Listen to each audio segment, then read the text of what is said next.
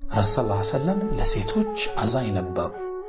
ለሴቶቹ የሚያዝን የለም፣ እነሱም ያከብር የለም የተከበረ ቢሆን እንጂ፣ እነሱም ያዋርድ የለም የተዋረደ ቢሆን እንጂ ይላል። እንዲህ ብሎ ለሴት ጠበቃ የሆነ መልእክተኛ አይታችሁ ታውቃላችሁ?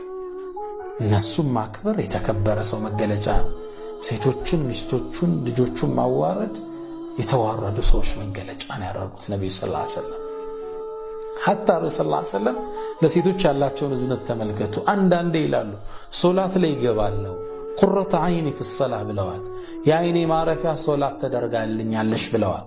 ሶላቱን ማርዘም እፈልግና ይላሉ ኡሪዱ ኢጣለተሃ፣ ማርዘም እፈልግና የሕፃን ልጅ ለቅሶ እሰማለሁ ከኋላ ከሴቶቹ ሰልፍ ከኋላ ሶላት።